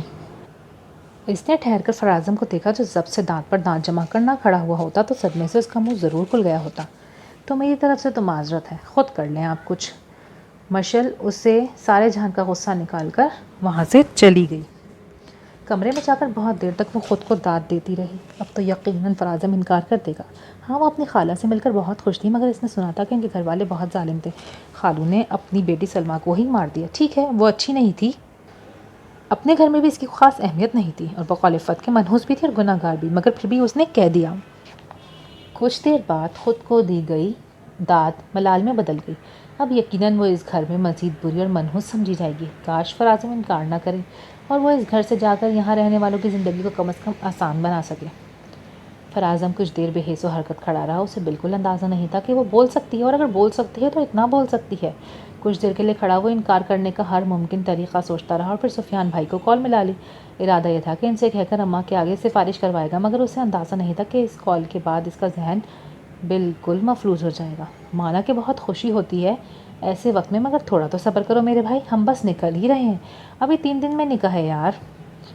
سفیان کی بات سن کر اسے حیرت کے شدید جھٹکے لگے۔ وہ نکل رہے ہیں مطلب؟ سب جانتے ہیں، بلکہ سازش میں شریک ہیں، اور نکاح 3 دن بعد یعنی اصلی 3 دن بعد ہے، اور وہ سب شرکت کے لیے آ رہے ہیں، تو سفارش تو ناممکن ہے۔ اس نے کچھ کہے بغیر فون کاٹ دیا۔ آخر ہمت یکجا کر کے وہ اندر چلا گیا۔ اماں ایک منٹ میری بات تو سنیں، اس نے لاؤنج میں جاتے ہی کہا اور نگینہ کو لے کر ایک طرف آ گیا۔ نگینہ جانتی تھی کہ اسے کیا بات کرنی ہے، اسی لیے اس نے سوال سے پہلے ہی جواب دینے کا فیصلہ کیا۔ دیکھو بیٹا، میری بہن کی آخری نشانی ہے وہ، میں نے تمہیں منانے کی بہت کوشش کی لیکن تم نہیں مانے۔ سچ تو یہ ہے کہ میں پہلے ہی دن زبان دے چکی تھی۔ مجھے پتا ہے کہ تمہیں لگ رہا ہے میں تمہارے ساتھ زیادتی کر رہی ہوں، یقیناً ہے بیٹا، مگر بیٹا مجھے یقین ہے مشل تمہارے لیے بہترین انتخاب ہے۔ ٹھیک ہے وہ میرے سامنے نہیں پلی بڑی، مگر مجھے یقین ہے کہ وہ ہمارے چھوٹے سے گھر کو جنت بنا دے گی۔ اپنی ماں کا مان رکھنا بیٹا۔ نگینہ اس کے ماتھے پر بوسہ دے کر چلی گئی۔ وہ انکار نہیں کر پایا۔ ٹھیک 3 دن بعد وہ رضامندی سے نکاح شدہ ہو گیا تھا۔ ہم بہت خوش ہیں اور شکر گزار بھی آپ کے، آپ نہ ہوتے تو پتہ نہیں کون اپناتا مشل جیسی۔ فرازم کے ساتھ بیٹھی مشل نے بے بسی سے عفت کو دیکھا۔ اس کی آنکھوں میں التجا تھی۔ خیر مٹھائی لینا آپ۔ عفت نے بات پلٹی لیکن چنگاری وہ پھینک چکی تھی۔ نکاح کے بعد فرازم کی چھوٹی سی بارات حیدرآباد آ گئی۔ سفیان اور بلال کی ضد پر اس کا ولیمہ حیدرآباد میں ہونا تھا۔ اماں میری بات سنیں، عفت آنٹی کیا کہہ رہی تھی؟ حیدرآباد پہنچتے ہی فرازم نے ماں کو الگ لے جا کر پوچھا۔ کچھ خاص نہیں بیٹا، اس کی عادت ہے بات کا بتنگڑ بنانے کی، تم دھیان مت دینا۔ مشل کا خیال رکھنا، وہ بہت اچھی لڑکی ہے، بہت معصوم اور بہت پاکیزہ۔ نگینہ ایک خوبصورت انداز میں اسے سمجھانے کی کوشش کر رہی تھی۔ اماں اس دوپٹے پر شیشے کا کام چیک کر لیں، میں نے ابھی بنوایا ہے، اسے بھی مشل کے لیے رکھ دیتے ہیں۔ سائقہ بھابی کی بات پر نگینہ ادھر متوجہ ہو گئیں۔ فرازم کے دل میں وسوسوں نے سر اٹھانا شروع کر دیا تھا۔ چنگاری شعلہ بن گئی تھی۔ ایک تو اسے یہ دکھ تھا کہ اس کی مرضی کے بغیر اس کا نکاح کر دیا گیا، اوپر سے عفت کی بات۔ وہ عجیب اضطرابی کیفیت میں باہر صحن میں ٹہلنے لگا۔ مشل کے کمرے میں اس کے جانے کے بعد بھی گپ اندھیرا تھا، پردے آج بھی گرے ہوئے تھے۔ مشل کی جگہ آج اسٹڈی ٹیبل کے پیچھے اسلم بیٹھے تھے، برام اسٹوکر کی ڈریکولا کو سینے سے لگائے۔ وہ اس دن بہت حیران ہوئے تھے جب انہوں نے مشل کو ادینہ سے کہتے سنا تھا کہ ہارر اس کا پسندیدہ صنف ادب ہے۔ وہ اس وقت تقریباً 16 سال کی تھی۔ اسلم حیران تھے کہ وہ بچپن میں بہت زیادہ ڈرا کرتی تھی۔ خیر جب وہ اگلی بار اس کے لیے کتاب خریدنے گئے تو انہوں نے دکاندار سے کوئی ہارر ناول مانگا اور دکاندار نے انہیں ڈریکولا پکڑا دی۔ آج جب اس نے اس کتاب کا کور پلٹا تو اسے اپنے سوال کا جواب مل گیا۔ پہلے ہی صفحے پر 2 اسٹکی نوٹس چسپاں تھے۔ ایک پر لکھا تھا، وہ آخری چیز جو کبھی کبھی احساس دلاتی ہے کہ میں بابا کی اولاد ہوں، اور دوسرے نوٹ پر لکھا تھا، مجھے ہارر پسند ہے، میں ڈراؤنی چیزیں اس لیے پڑھتی ہوں تاکہ اصل زندگی سے ڈر ختم کر سکوں، کیونکہ مجھے یہ کام خود ہی کرنا ہے۔ وہ کتاب کو سینے سے لگا کر پھوٹ پھوٹ کر روتی۔ انہوں نے اپنی بچی کو توجہ سے محروم رکھا تھا۔ فرح کے جانے کے بعد وہ کتنی اکیلی تھی۔ ماں کی قربت بھی اسے صرف 2 سال ہی نصیب ہوئی۔ عفت سے اس نے مشل کے لیے ہی شادی کی تھی۔ وہ بھی شروع میں اس کا خیال رکھتی تھی، لیکن 1 سال بعد جب عروبہ اس دنیا میں آئی تو وہ مشل سے غافل ہوتی گئی۔ ادینہ کے بعد تو مشل کو بالکل نظر انداز کر دیا۔ اسلم بھی کاروبار میں اور اپنے دوسرے بچوں میں ایسے الجھے کہ مشعل کی طرف ان کی توجہ ہی نہ جا سکی۔ مشعل ان کی توجہ حاصل کرنے کے لیے شرارتیں اور اوٹ پٹانگ حرکتیں کرتی تو عفت کو غصہ آتا، وہ اسلم سے شکایت کرتی تو وہ اسے ڈانٹ دیتے، لیکن مشعل کی شرارتیں بھی اس دن ختم ہو گئی جس دن اسلم نے پہلی دفعہ اسے مارا تھا۔ اس کے بعد اس نے کہنا بھی چھوڑ دیا کہ اسے ڈر لگتا ہے، وہ اس گھر میں ہو کر بھی اس گھر میں نہیں رہی۔ مشعل نے اپنی ضروریات بتانا چھوڑ دی۔ ایک دن ادینہ سے وہ بات کر رہی تھی، کیونکہ بچپن میں وہ اسے سنبھال لیتی تھی تو وہ اس کے قریب تھی، اور فیروزہ سے کہ اس سے بھی بات نہ کرتی تو کوئی بات کرنے والا بچتا ہی نہیں۔ شاید اسی لیے فیروزہ کے بعد وہ اتنی اداس تھی کہ اسلم سمجھ ہی نہیں پائے۔ وہ سوچوں میں وہ اپنی غلطیاں دہرا رہے تھے جب کسی نے آ کر کمرے کی لائٹس روشن کر دی۔ اچانک روشنی ہونے پر انہوں نے سختی سے اپنی آنکھیں مینچ لیں۔ آپ یہاں بیٹھے ہیں؟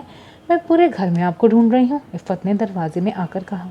مجھے لگتا ہے میں اپنے فرائض پورے نہیں کر سکا عفت، اسلم نے تھکان بھرے لہجے میں کہا۔ عجیب باتیں کرتے ہیں آپ، یوں کہیں کہ آپ کی بیٹی کوئی حقوق راست نہیں آئے۔ ہم نے تو بھائی غلطیاں ہی سدھاری ہیں اس کی عمر بھر، عفت نے جل بن کر کہا۔ اچھا اب جاؤ، میں اکیلا رہنا چاہتا ہوں کچھ دیر، لائٹ آف کر کے جانا۔ اسلم نے پھر آنکھیں مون لیں۔ عفت غصے سے لائٹ بند کر کے چلی گئی۔ کیا محترمہ یہ بات بتانا پسند کریں گی کہ ان کی اماں حضور کیا فرما رہی تھیں؟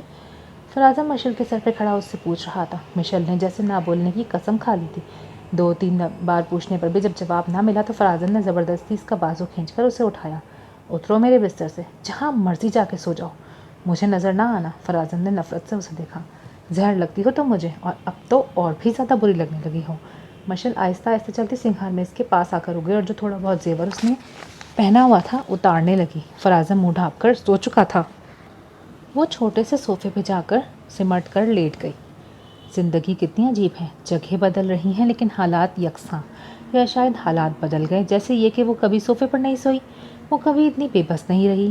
پتہ نہیں ماما اتنی ظالم کیوں ہیں، میری جان چھوڑ تو رہی تھی پھر بھی نہیں چھوڑی، میری غلطیوں پر پردہ تو رکھ لیتی، میرا ماضی میرا مستقبل کے راستے میں لا کھڑا کیا۔ کیا میرے نصیب میں کوئی خوشی، کوئی سکون بھرا لمحہ بھی نہیں؟ مشعل کی آنکھیں نمکین پانیوں سے بھرنے لگیں۔ ان پانیوں میں غوطہ ہو کر وہ پھر ماضی کی دہلیز پہ جا کھڑی ہوئی۔ فیروزہ کے جانے کے بعد اس سے بات کرنے والا کوئی بھی تو نہیں رہا تھا۔ ایک ادینہ تھی جو اسے کبھی کبھار پوچھ لیتی۔ اسلم کی گفتگو نے ایک عرصہ ہوا اس سے بات کرنا چھوڑ دی تھی۔ پڑھائی ٹھیک جا رہی ہے؟ کسی چیز کی ضرورت ہو تو بتانا، بس یہ 2 سوال ہوتے تھے اس کی گفتگو میں۔ اس کی زندگی میں تنہائی تھی اور تنہائی میں بے پناہ خوف، ایسے میں کتابیں اس کا واحد سہارا تھیں۔ کتابیں حقیقی دنیا سے فرار تھیں تو فرار ہی صحیح، حقیقی دنیا سے آنکھیں چار کرنے کی سکت ویسے بھی اس میں نہیں تھی۔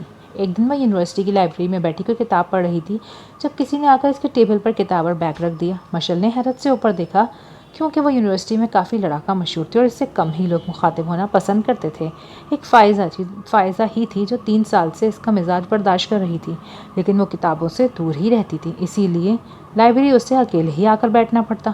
کیا میں یہاں بیٹھ سکتا ہوں؟ وہ ایک لمحے میں اوپر دیکھ کر رہ گئی۔ ایک بہت لمبے قد کا، مناسب شکل و صورت والا لڑکا تھا۔ مشعل نے آج سے پہلے اسے کبھی نہیں دیکھا تھا۔ جی، مشعل نے آہستہ سے کہہ کر دوبارہ نظریں کتاب پر جما دیں۔ میرا نام ابتسام ملک ہے، میں ابھی مائگریشن کروا کے آیا ہوں اس یونیورسٹی میں، بس 10-15 دن ہوئے۔ لڑکے نے بیٹھتے ہی کونیا میز پر ٹکا کر ہاتھ پیالے کی صورت ٹھوڑی کے نیچے رکھتے ہوئے کہا۔ اچھا، مشعل نے ہلکا سا جواب دے کر پھر سے پڑھنا شروع کر دیا۔ ویسے آپ کا نام کیا ہے؟ میں کچھ دن سے آپ کو آبزرو کر رہا ہوں اور بہت کثرت سے آپ کو کتابیں پڑھتے دیکھا ہے، اسی نسبت سے آپ کا نام میں نے جان ایلیا رکھ دیا ہے۔ آپ نے جان کی وہ نظم سنی ہے؟ میری زندگی میں کتاب کے سوا کچھ بھی نہیں۔ مشعل نے نظم کا مصرع غلط پڑھنے پر اسے اچنبھے سے دیکھا، لیکن اسے شرارت سے مسکراتے دیکھ کر اسے ہنسی آ گئی۔ بمشکل ضبط کرتی وہ دوبارہ کتاب کو دیکھنے لگی۔ نام نہیں بتایا آپ نے؟ ابتسام نے ایک بار پھر پوچھا۔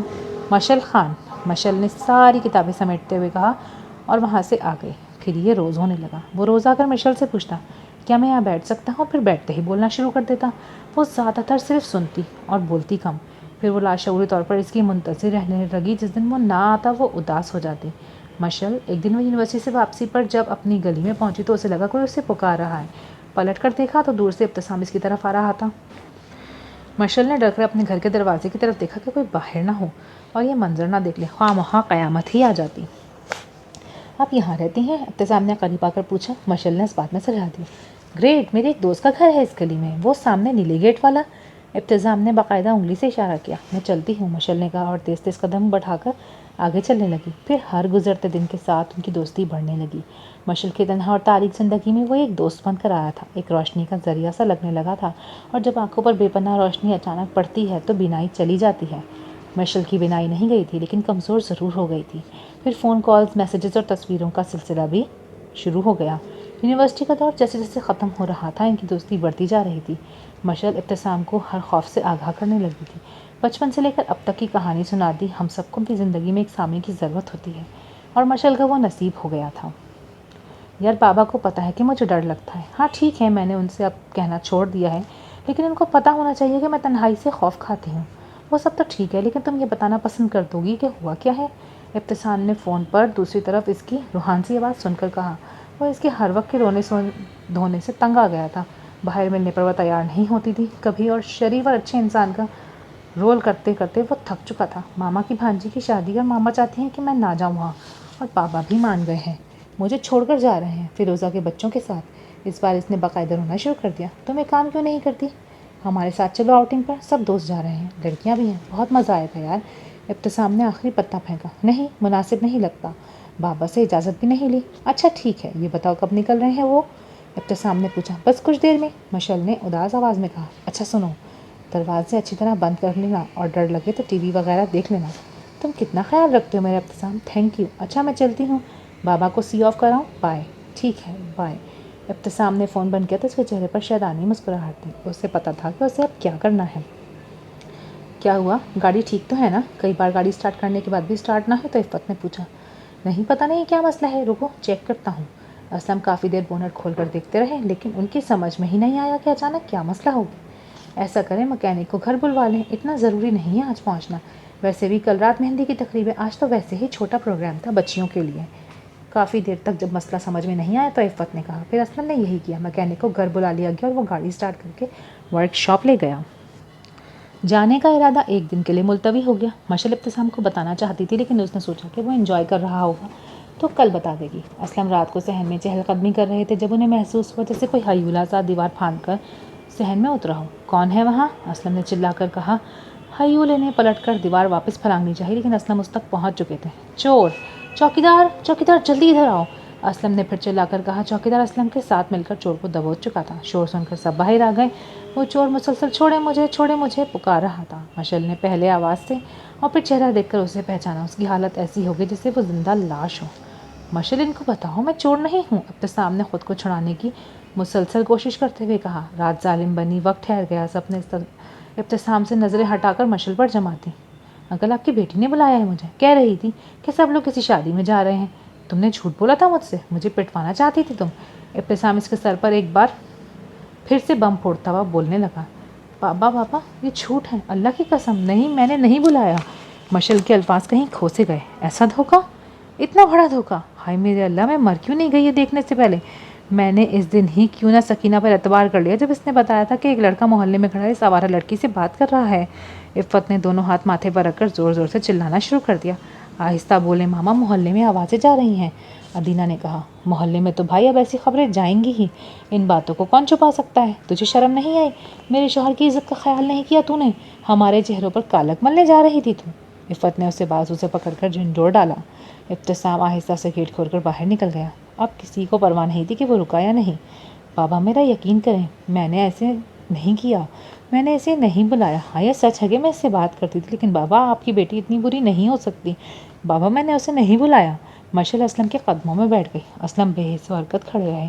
ہاں تو نے نہیں بلایا، اسے تو الہام ہوا تھا کہ ہم شادی میں جا رہے ہیں، عفت نے اس کی چوڑی پکڑتے ہوئے کہا۔ ماما میں نے اسے بتایا تھا کہ آپ لوگ شادی میں جا رہے ہیں، لیکن میں نے اسے نہیں بلایا ماما۔ بابا میری طرف دیکھیں بابا، یہ جھوٹ ہے، یہ سب جو دکھ رہا ہے یہ سب جھوٹ ہے بابا، مجھ پر یقین کر لیں پلیز۔ مشعل نے اسلم کے پاؤں پکڑ لیے۔ ہاں یہ مہارانی سچی ہے، باقی سب تو جھوٹ بول رہے ہیں، بند کرو بیوی یہ ڈرامے۔ عفت نے پھر لقمہ دیا۔ اسلم اس کو ہٹاتے اندر کمرے کی طرف بڑھ گئے اور وہ بابا چلاتی رہ گئی۔ اسلم کے پیچھے عروبہ اور عفت بھی اندر جا چکی تھی۔ ادینہ نے مشعل کے سر سے اتری چادر درست کی اور اسے سہارا دے کر اٹھایا۔ ادینہ میں نے اسے نہیں بلایا۔ ادینہ کے کندھے پر سر رکھ کر وہ رونے لگی۔ جانتی ہوں آپی تم نے نہیں بلایا ہوگا اسے۔ ادینہ اس کا سر تھپکتی اس کو کمرے میں لے آئی۔ وہ پوری رات روتی رہی۔ اس کا سب کچھ ہی تو لٹ گیا تھا۔ چاہے جانے کی خواہش میں، سنے جانے کی خواہش میں اس سے اتنی بڑی غلطی ہو گئی تھی، بلکہ گناہ، ایسا گناہ جس کا خسارہ تمام عمر باقی رہنا تھا، جس کی معاشرے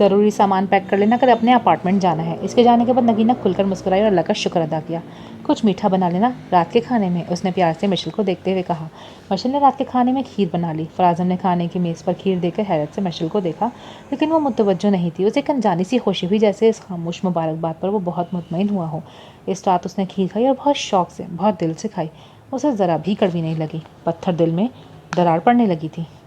وہ ایک چھوٹا سا 3 کمروں کا اپارٹمنٹ تھا۔ تھوڑا بہت فرنیچر فراز لے کر آ چکا تھا، تھوڑا بہت بعد میں لے آیا۔ ماحول میں تناؤ اب بھی باقی تھا کہ گھر بدلا تھا، لوگ وہی تھے۔ ایک دن فراز ہمت کر کے نگینہ کے پاس اس کے کمرے میں چلا آیا۔ اس سے اماں کی سرد مہری برداشت نہیں ہوتی تھی۔ اماں کیا آپ مجھے معاف نہیں کریں گی؟ پلیز مجھے معاف کر دیجیے، میں اپنے دل پر مزید بوجھ لے کر نہیں پھر سکتا۔ فراز نے نگینہ کے پاؤں کی طرف بیٹھتے ہوئے کہا۔ ضرور معاف کر دوں گی جس دن تم مشل کو اپنا لو گے۔ نگینہ نے سائڈ ٹیبل سے پانی کا گلاس اٹھا کر 2 گھونٹ بھرتے ہوئے کہا۔ یہ میرے لیے مشکل ہے اماں، مجھے وقت لگے گا تھوڑا۔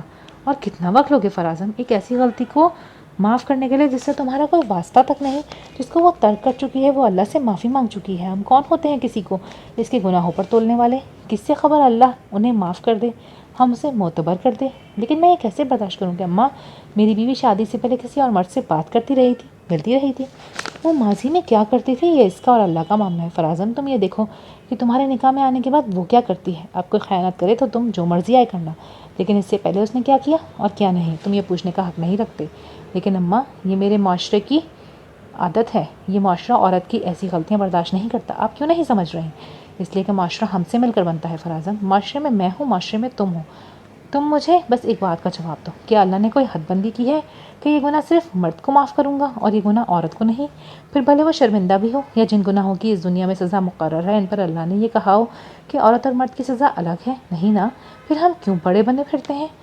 اماں میں صرف فرازم لاجواب ہو گیا۔ سوچ لو فرازم، لے لو وقت، نہیں اپنا سکتے تو بتا دو، اس بچی کو اس رشتے میں قید نہ کریں ہم۔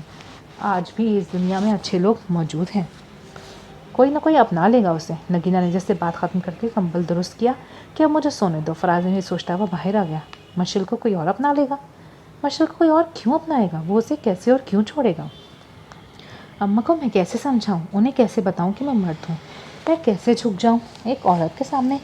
میں نے ہمیشہ ایک عورت کو جھکے ہوئے پایا ہے، ان غلطیوں پر بھی نادم پایا ہے جو اس نے نہیں کی، اور ادھر یہ لڑکی ہے غلطی پر ہے بھی، پھر بھی شرمندہ نہیں ہوتی۔ یہ نہیں کہ معافی مانگ لے۔ اچھا ٹھیک ہے، میں نے نہیں چھیڑا اس کے ماضی کا قصہ، لیکن اسے کوشش کرنی چاہیے تھی نا۔ میں نے ایک بار دھتکارا تو دوسری بار آتی، لیکن اس نے تو بات کرنا ہی چھوڑ دی۔ خدائے مجھ سے بات کرے، مجھے اس بات کی گارنٹی تھی کہ دوبارہ غلطی نہیں دہرائے گی تو میں کر دوں گا معاف، لیکن کم از کم جھکوں گا نہیں۔ مشل نے ڈائری پڑھ کر بند کر دی۔ آج وہ بہت خوش تھی، پہلی بار اس کے بابا اس سے ملنے آ رہے تھے اور وہ اپنے بابا سے ملنے کے لیے بہت خوش تھی۔ طرح طرح کے کھانے بنائے تھے، اس نے پورا گھر سجا ڈالا تھا۔ کتابیں صاف کرتے وقت عادت سے مجبور ہو کر اس نے فرازم کی ڈائری اٹھائی کہ اب یہ واحد چیز تھی جو وہ شوق سے پڑھا کرتی تھی، لیکن آج ڈائری پڑھ کر اس کی خوشی پر اوس پڑ گئی۔ لمحوں میں ہی اس نے ایک فیصلہ کیا، ڈائری واپس رکھ کر الماری میں کچن میں چلی گئی۔ اماں میں چند دن کے لیے بابا کے ساتھ چلی جاؤں؟ اس نے ڈرتے ڈرتے نگینہ سے پوچھا۔ ہاں میرا بچہ، ضرور جاؤ، یہاں اکیلی بور ہوتی رہتی ہوں، جاؤ کچھ دن انجوائے کرو بیٹا۔ نگینہ نے پیار سے کہا۔ خوشی چہرے پر سجائے سلاد سجانے لگی۔ بابا باہر فرازم کے ساتھ لاؤنج میں بیٹھے گپ شپ کر رہے تھے۔ بہت عرصے کے بعد خوبصورت ماحول میں کھانا کھایا گیا۔ بابا میں آپ کے ساتھ آنا چاہتی ہوں کچھ دنوں کے لیے، آپ کو کوئی مسئلہ تو نہیں ہوگا؟ فرازم نے چونک کر مشل کو دیکھا اور اسلم نے شرمندہ ہو کر نظریں جھکا دی۔ نہیں بیٹا مجھے مسئلہ نہیں، ضرور چلو۔ آنکھوں کی نمی چھپاتے اسلم نے کہا۔ کتنا دور رکھا تھا انہوں نے اپنی اس معصوم سی بیٹی کو۔